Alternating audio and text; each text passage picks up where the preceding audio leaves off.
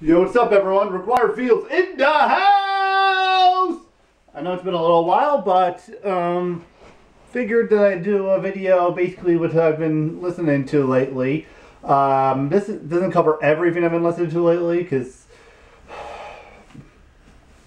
well, I've been working a lot, and which is part of the reason why I haven't been making videos lately, and I also listen to so much stuff, but here's just a sample of some of the stuff I've been listening to for the last couple of weeks or so, months of our albums, but let's get started. This is Exodus, Blood In, Blood Out. This is their most recent album, which was released in late 2014. I was listening to that one just a few days ago, actually.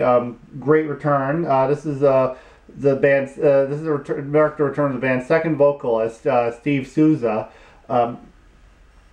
He rejoined the group for this album, and it's a great album, and it actually had the band's highest debut at Billboard ever, considering their debut came out over 30 years ago. Well, now, anyways. At the time, it was just about 30 years earlier, because Bound by Blood was released in 1985, and debuted at number 38 on Billboard. Great album. Definitely get this if you haven't got it yet. This is Obsession, Carnival of Lies. I got this album late last year. And it was originally released back in 2006. I remember hearing it and liking what I had heard. Well, I hadn't heard the whole thing, but I do remember hearing songs from it and liking it. But for some reason, I never got around to buying it. The band re-released the album last year on Interwound Records, and in the booklet, vocalist Mike Viscera talked about how the album got good reviews, but didn't get much distribution or promotion. So the band feels that this re-release is the first proper release for it, and I did actually buy their most recent album, Order of Chaos, which came out in late 2012. I bought that early 2013. It was one of the first albums I bought after moving into my new house, I can remember. So I bought that one as a relatively new release, and that's a good album too, Order of Chaos. Definitely get that one by Obsession as well, if you haven't got it yet. Both albums are worth getting. You have a new one on the way too, and I'm looking forward to getting that when it comes out.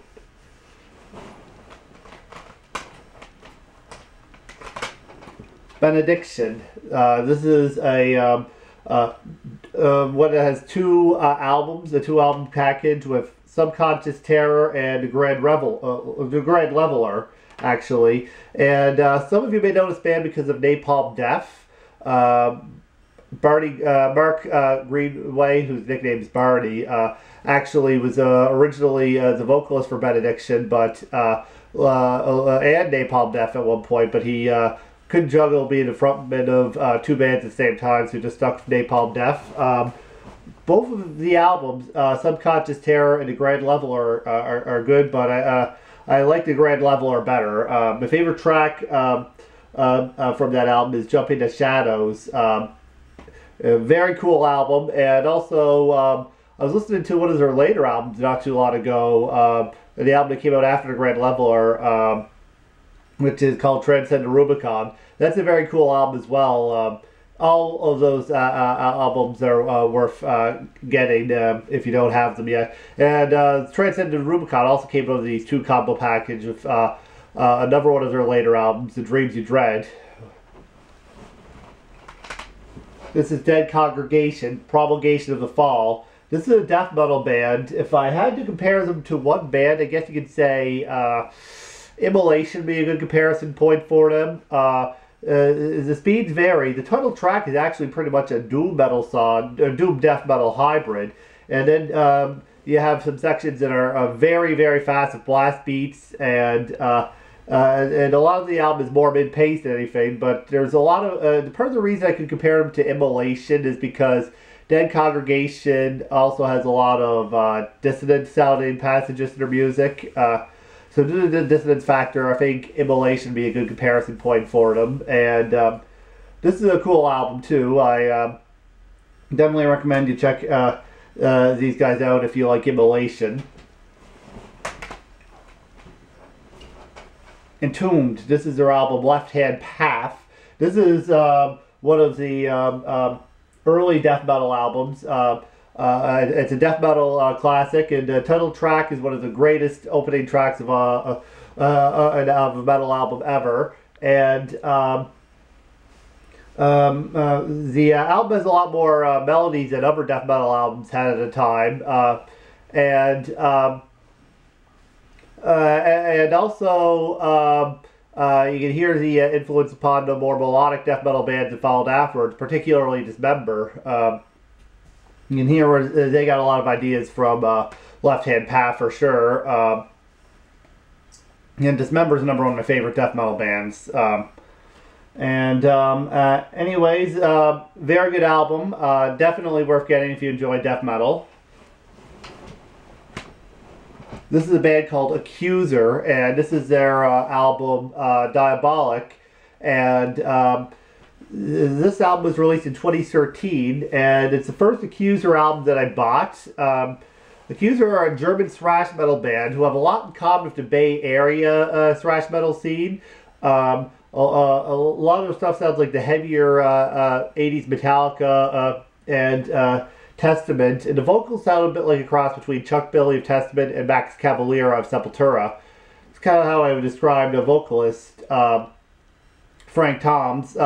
Interestingly, Frank Toms is the name of a friend of ours that my dad had who died a number of years back, actually. And this is a really solid album. My favorite tracks from it are the title track and Worldwide Violence, which is the closing track on the album. And a lot of the albums by Accuser have not officially been released in North America, but hopefully they will receive a re-release for North American audiences real soon. I bought this album as an import from CD Universe, which is where I buy most of my albums. That said, it's phenomenal customer service. I've been dealing with them for about as long as I've been buying CDs, actually. Over a decade now, and I will continue to be dealing with them in the future.